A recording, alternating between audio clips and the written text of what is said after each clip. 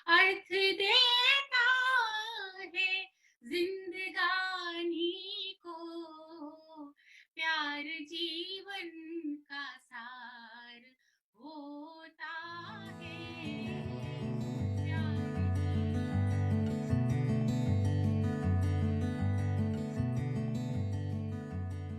नमस्कार दोस्तों।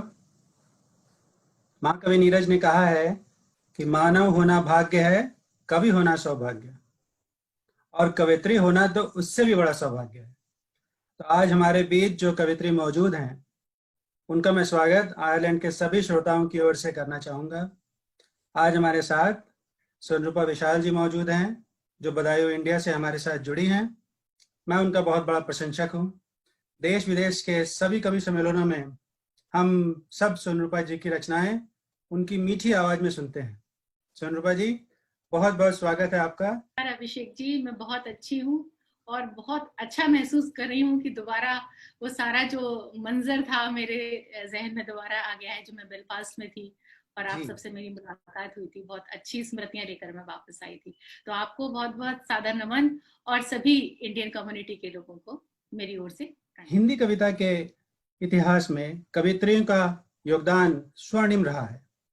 चाहे हम मीराबाई की बात करें या सुभद्रा कुमारी चौहान की या फिर महादेवी वर्मा की, जो छायावाद के 4 स्तंभों में से एक मानी गई है।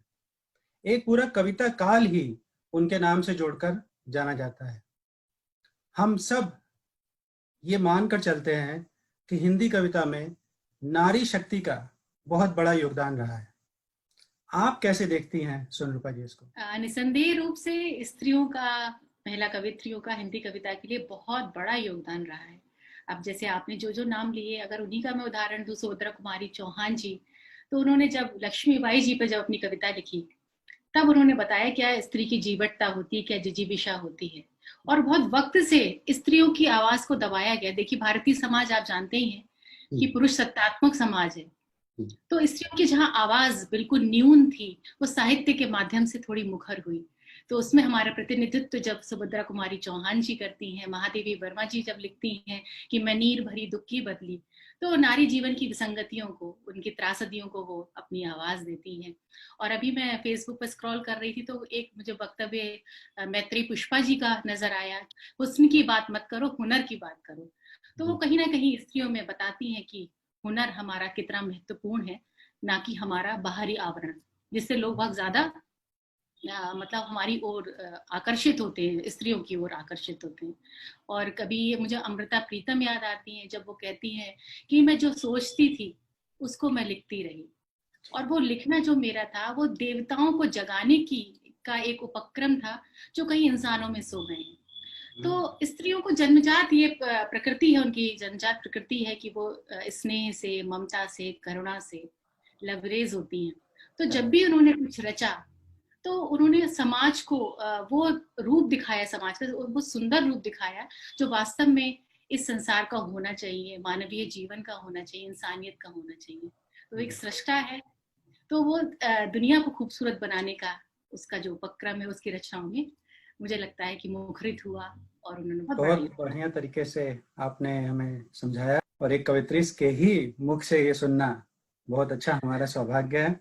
ये वैसे तो ये संवाद है स्वरूपा जी, लेकिन बिना आपकी कविता के थोड़ी कमी रह जाएगी और हमारे जो श्रोता हैं वो इसकी शिकायत भी करेंगे। प्रेम के कुछ पुस्तक मैं आपके बीच निवेदित करना चाहती हूँ कि जिंदगी का श्रृंगार होता है, क्या है जीवन का जो मूल तत्व क्या है, तब मैं कहना चाहती हूँ कि जिंदगी का श्रृंगार होता है, सिंधु जितना अपार होता है, अर्थ देता है जिंदगानी को, अर्थ देता है जिंदगानी को, प्यार जीवन का सार होता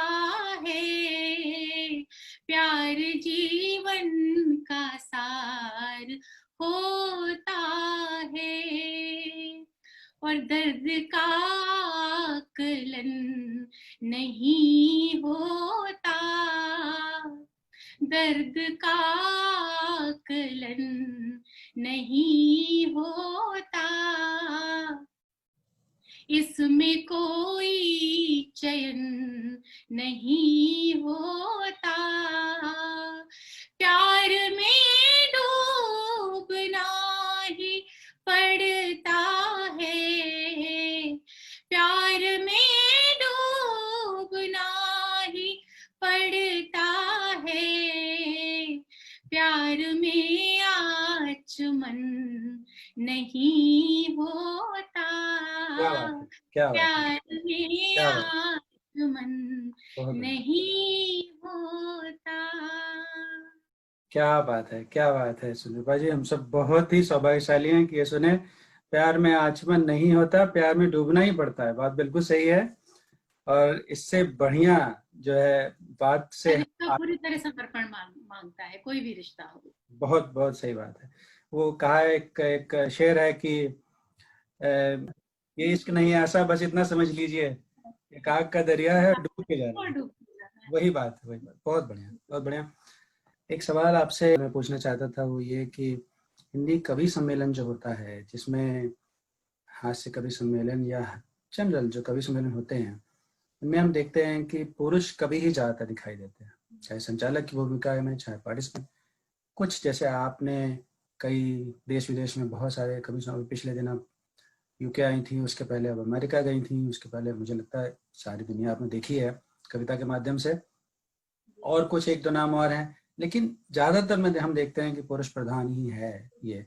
तो इसमें आपको क्या लगता है कि महिलाओं की उपस्थिति चाहे दर्शक दीर्घा में या मंच पर कैसे बढ़ाई जा सकती है? और एक चीज मैं इसमें जोड़ना चाहता था कि क्या जो महिला कवि हैं, ज्यादातर मैंने देखा कि श्रृंगार की या प्यार मोहब्बत की कविताएं ज्यादा कहती हैं, और बहुत अच्छा लगता है, लेकिन क्या आपको लगता है कि थोड़ा और जो है उनको अपना बढ़ाना चाहिए, जो बताने का जो तरीका है और विधाओं में भी? कवि सम्मेलनों के मंच पर मैं ये कहना चाहती हूँ कि कवि सम्मेलन का जो मंच होता है वो एक पत्रिका की तरह होता है।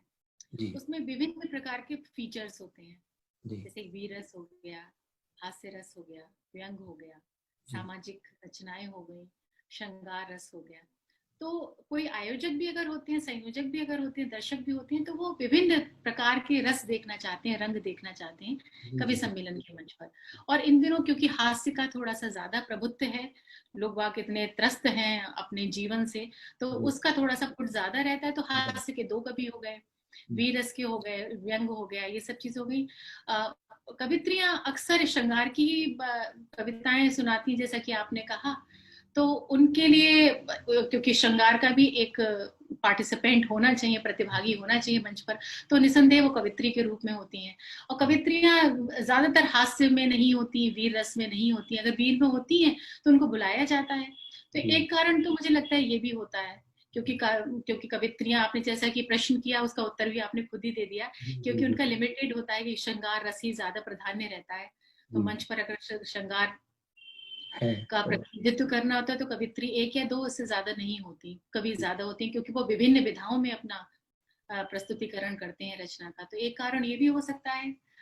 और दूसरा कारण, अभी इन दिनों तो मुझे ऐसा भी कुछ कुछ वर्षों से ऐसा हुआ कि साहित्य में और मंच में दोनों में बहुत बड़ी खाई हो गई। पहले तो साहित्य मंच पर पूरी तरह से था।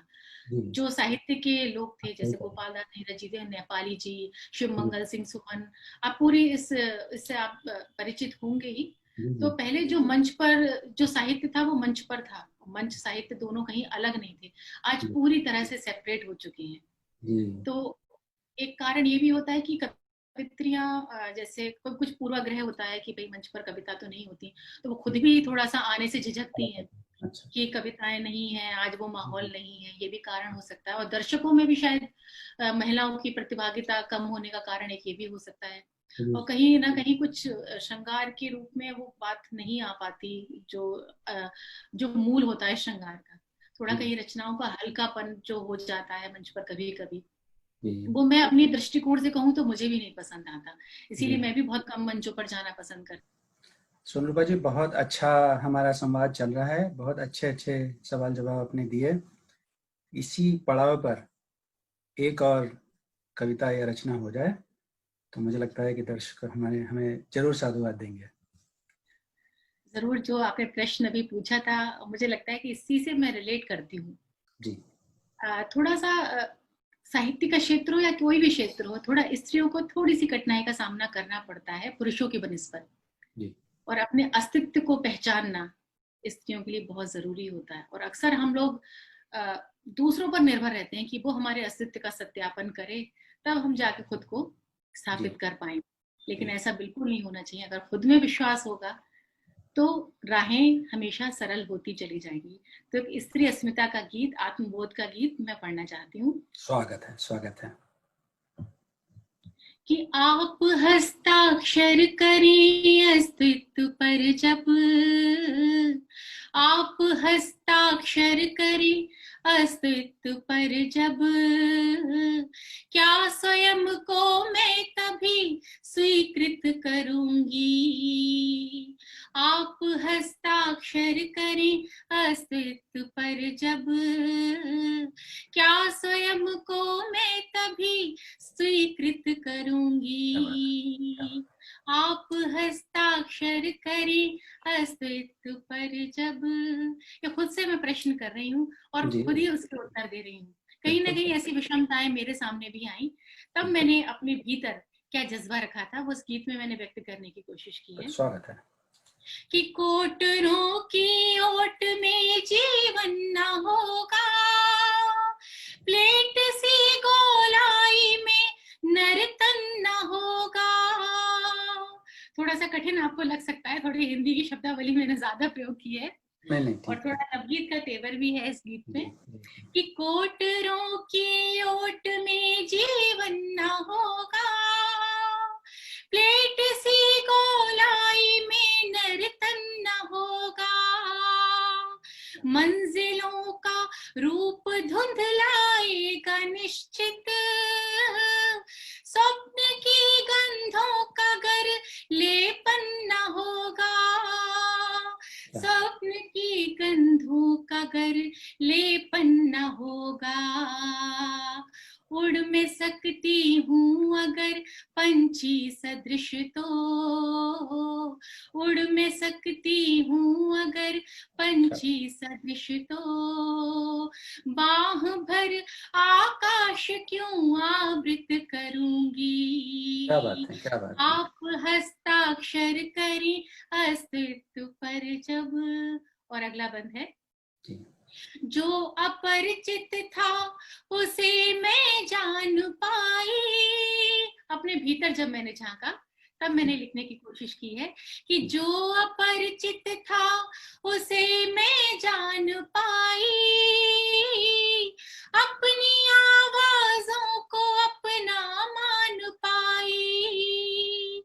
जब निरंतर राह पर आगे बढ़ी तो जिंदगी के रूप को पहचान पाई। जिंदगी के रूप को पहचान पाई। आत्म विश्लेषण लिखूंगी जब कभी फिर, आत्म विश्लेषण लिखूंगी जब कभी फिर। क्यों किसी की पंक्तियां उद्धृत करूंगी। आप हस्ताक्षर करें अस्तित्व पर जब, क्या स्वयं को मैं तभी स्वीकृत करूंगी। और अंतिम बंद है। बहुत स्वागत है। बहुत धूप में क्या लकड़ियां तापी गई हैं, अपनी ही परछाइयां नापी गई हैं। शुभ्र निर्मल कामना पूरित ऋचाएं, निर्जनी दीवार पर थापी गई है। निर्जनी दीवार पर थापी गई है। ऊसरी धरती पे यदि चलना पड़ा तो, बंजरी धरती पे यदि चलना पड़ा तो, स्वयं को जलधार बन, स्वयं को जलधार बन कृत कृत करूंगी। आप हस्ताक्षर करें अस्तित्व पर जब, क्या स्वयं को मैं तब। क्या बात है, क्या बात है, बहुत बढ़िया। और बिल्कुल नहीं, किसी का हस्ताक्षर की जरूरत नहीं है। जरूरत नहीं है। महिलाएं अपने आप में बहुत सशक्त है। इसलिए मैं नए लोगों से भी ये कहना चाहती हूँ कि जी खुद को पहचानो, खुद पर विश्वास करो। बिल्कुल बिल्कुल, बहुत अच्छा, बहुत ही मुझे लगता है इंस्पिरेशनल है एक नए लोगों के लिए। आपने जो लिखा है बहुत, मुझे लगता है बहुत बहुत दूर तक जाएगी आवाज। मैं ये भी कहना चाहती हूँ, अपनी बात रखना चाहती हूँ कि जो भी कवि सम्मेलन के आयोजक या संयोजक हो, या जो भी साहित्यिक, जो भी बैठकों के आयोजक या संयोजक हो, जी उनको भी साहित्य को प्रतिनिधित्व करने वाली कवित्रियों को मंच पर स्थान देना चाहिए, बिल्कुल, जिससे महिलाओं की दर्शकों में भी प्रतिभागिता बढ़े जी और वो लोग भी मंच पर आना चाहें, जो कविता का एक सुंदर बागवान की तरह देखना चाहते हैं बिल्कुल सम्मेलन के मंच को। जी जी बिल्कुल, साहित्य ये को भी प्रधानता मिलनी चाहिए मंचों पे, ये आप कहना चाहेंगे। जी बिल्कुल, इसमें भी कोई डाउट नहीं कि प्रस्तुतिकरण भी बहुत महत्वपूर्ण होता है मंच जी पर, जी लेकिन जी साहित्य की प्रधानता होनी चाहिए। हालांकि कई सारे मंच तैयार हो रहे हैं, जैसे हमारे इंडिया में भी रेखता है, जश्न अदब है, हिंदवी है, और जी बहुत सारे ऐसे के मंच है, उसमें स्त्रियों की प्रतिभागिता बहुत ज्यादा मैं देख रही हूँ इन दिनों। तो अब मुझे लगता है कि जो भविष्य है वो बहुत अच्छा है महिलाओं के लिए स्पेशली। बहुत अच्छी बात, जी ये अच्छा है। और ये जो एक कहेंगे पॉजिटिव जो सोच है, इसके साथ हम चाहेंगे तो अब हम अंतिम पड़ाव पर चल रहे हैं, और इसमें स्वरूपा जी जाते जाते कविता सुनने की हमारी और श्रोताओं की बड़ी इच्छा होगी, तो अगर आप हमें अनुग्रहित करें तो बहुत अच्छा जी, होगा। नहीं निसंदेह, बिल्कुल। जी मैंने आपको मुक्तक सुना दिया, एक गीत सुना दिया, तो सोचती हूँ कि एक गजल के 2-3 अशार आपके बीच और क्या रख बात, दूं। स्वागत स्वागत, बिल्कुल।